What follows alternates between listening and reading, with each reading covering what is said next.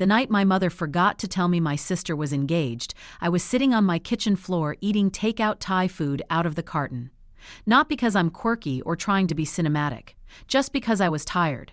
It was 9:47 p.m., my heels were kicked off by the door, and my phone buzzed with a group text that did not include me. Let that sink in. The family group chat. The one I wasn't in. I didn't even know it existed. My cousin Madison screenshotted it to me by accident. Or maybe not by accident. I still don't know. All I know is that the screenshot said, "She said yes. Champagne at Mom and Dad's Sunday 4 p.m. Don't tell Jasmine yet. We want to tell her in person. Don't tell Jasmine yet." That's how I found out my sister Vanessa was getting married. Hi, I'm Jasmine Parker. I'm 35. I live in Hartford, Connecticut. I'm a compliance officer at a regional healthcare network, which basically means I spend my days reading policies and making sure no one breaks federal law. I am, according to my family, the steady one, the calm one, the one who doesn't need much. It's funny how doesn't need much slowly turns into doesn't get much, isn't it? I didn't cry that night. I wish I could tell you I did something dramatic, threw the carton across the room, or rage cleaned the apartment. I didn't. I just sat there on the kitchen tile, scrolling back through Madison's messages, my brain doing that thing where it tries to make something make sense that simply doesn't. Maybe it was a surprise party situation. Maybe they meant they didn't want to ruin some elaborate reveal. Maybe, and then Madison sent another text. Wait, I thought you knew. Oh, that's when it hit. They weren't planning to surprise me. They were planning to delay telling me. There's a difference. I stood up slowly, like my knees were made of glass, and walked to the sink. I rinsed out the fork. I put the carton in the trash. I did all the small, neat, self-sufficient things I've trained myself to do when something hurts. You see, I have a long history of being the afterthought. Vanessa is 3 years younger than me. Blonde, loud, emotional, in a way that pulls people in. When we were kids, she had these dramatic asthma attacks that made every school nurse panic. My mom slept on the floor next to her bed for weeks during bad seasons. I used to bring them both tea in the mornings before school. No one asked me to. I just did. That's kind of been my role forever. The helper. The one who adapts. The one who says, "It's fine," even when it's absolutely not fine. I called my mother the next morning at 8:03 a.m. I know the exact time because I was sitting in my car outside my office, staring at the steering wheel, rehearsing my tone. Calm. Curious. Not accusatory. She picked up on the third ring. "Hi, sweetheart." "Hi, Mom. Congratulations." There was a beat of silence, just a tiny one. "For what?" she asked, too lightly. "For Vanessa's engagement." Another. Pause. Longer this time. "Oh." "Honey, we were going to call you. We didn't want to do it over text." I swallowed. "There's a group chat." Silence again. I could hear her shifting, maybe moving from one room to another. "Well, that's just something we started for wedding planning ideas. It's not a big deal." It's not a big deal. If I had $1 for every time something that hurt me wasn't a big deal, I could probably retire early. "Why am I not in it?" I asked. She exhaled sharply. "Jasmine, please don't make this about you. Vanessa just got engaged. This is her moment." And there it was, the pivot, the subtle repositioning of me as the problem. I sat back in my seat and stared at the windshield. "I'm not making it about me. I'm asking why I'm not included." "Well," she said, her tone tightening, "you've been so busy. You never answer right away. And Vanessa didn't want you to feel pressured to help." Pressured to help. I almost laughed, not in a funny way. In that day. I.S. believing, "Oh my God, you have to be kidding me" way. "I wouldn't feel pressured," I said quietly. "She just didn't want negativity." Negativity. That word landed like a slap. I've spent my entire adult life being the calm one, the stable one. The one who smooths things over at Thanksgiving when Vanessa cries because someone overcooked the turkey. The one who drives Grandma Vivian home because Dad's had 2 glasses of wine. The one who sends birthday cards on time with real stamps. And I'm negative? I ended the call politely. Of course I did.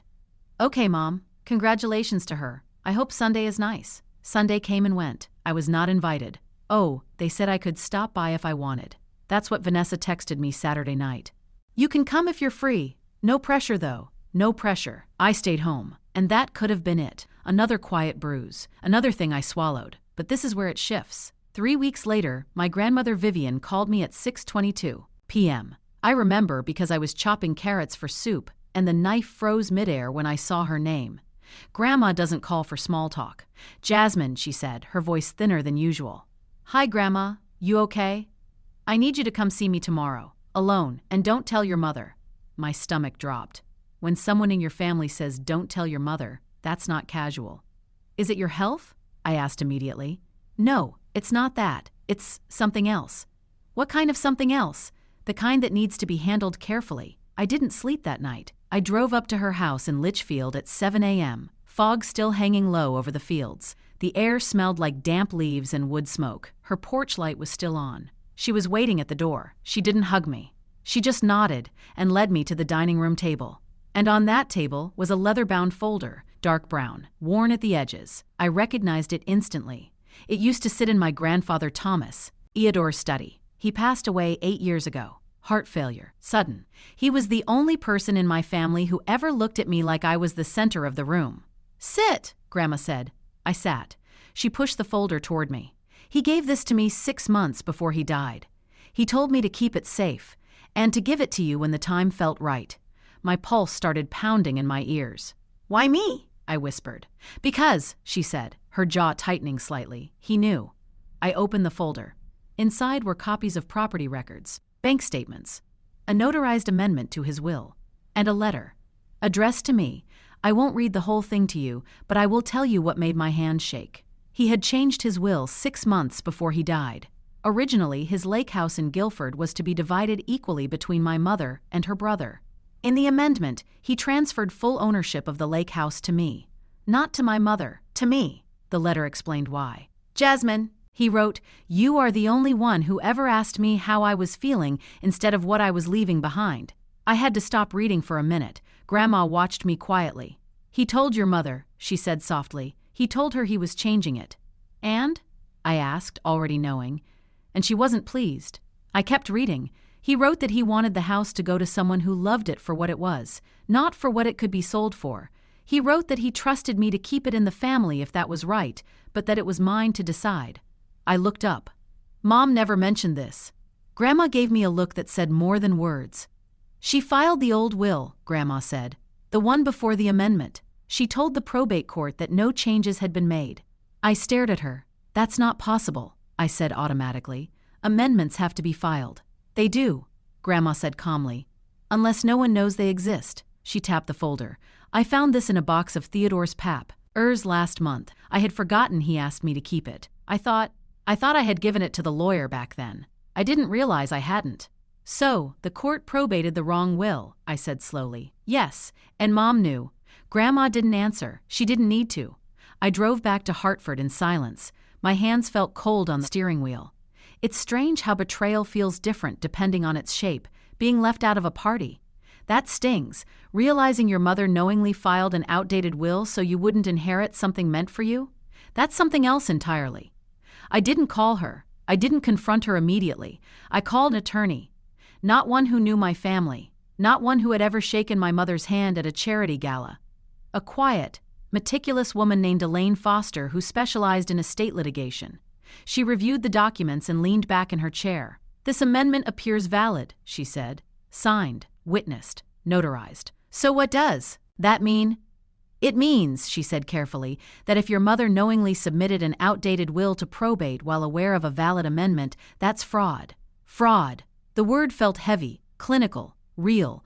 I didn't want revenge, not in some dramatic, scorched earth way. I wanted acknowledgement. I wanted the truth spoken out loud in the same dining room, where I'd been told not to be negative. So I invited everyone to dinner. Mom, Dad, Vanessa, Grandma, even my uncle. No roast this time. No wine. Just a long wooden table and a folder in front of me. When they were seated, I placed the amendment in the center. "Grandpa changed his will," I said evenly. My mother's face went pale so fast it was almost fascinating. "Jasmine," she started. "I've already had it reviewed by an attorney," I continued. "It's valid." Vanessa looked confused. "Wait, what?" I read a line from the letter, the one about loving the house for what it was. My father closed his eyes. My mother's hands touched, rumbled slightly. "You were grieving," she said finally. "It was chaotic. Things get misplaced." "Did you know about the amendment?" I asked. She didn't answer. Grandma did. "He told you," she said quietly. Silence wrapped around the room like a thick blanket. "I was protecting the family," my mother snapped suddenly. "That house should have been divided. It's not fair for one child to get everything." It wasn't your decision, I said. It was my father. And it was his choice. Vanessa started crying. I didn't even know, she whispered. And I believed her. My father spoke then. Carol, he said softly, did you file the old will knowing this existed? My mother's shoulders slumped. I thought, she said weakly, that Jasmine wouldn't care. She has her career. She doesn't need. There it was again. Doesn't need. I felt something inside me settle, not explode. Settle. I needed honesty, I said. Not property, not money. Honesty. The legal process took months.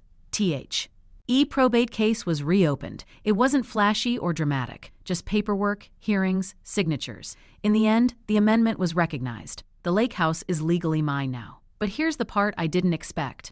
Owning it didn't feel like victory. Standing on that dock alone the first morning after everything was finalized, coffee in hand, mist rising off the water that felt like something else. Not revenge, reclamation. I didn't sell it. I didn't turn it into a rental. I fixed the warped screen door. I replaced the old blue cushions on the porch swing. I kept Grandpa's fishing hat hanging on the same nail. My relationship with my mother is different now. We speak, but carefully. Vanessa came up to the lake last month. Just us. We sat on the dock and let our feet dangle in the water like we used to when we were kids. I'm sorry, she said quietly, for all of it. I know, I said. Sometimes the loudest revenge isn't burning everything down. It's standing still, calm, document in hand, saying, number, this stops here. If you've ever been the steady one, the easy one, the one who doesn't need much, I see you. And sometimes what you need isn't more noise. It's the truth, finally written in ink. If this story resonated with you, if you've ever had to quietly reclaim what was yours, subscribe to her untold revenge. Share this with someone who's always been told they're fine when they're anything but. Because sometimes the calmest woman at the table is the one holding the strongest hand.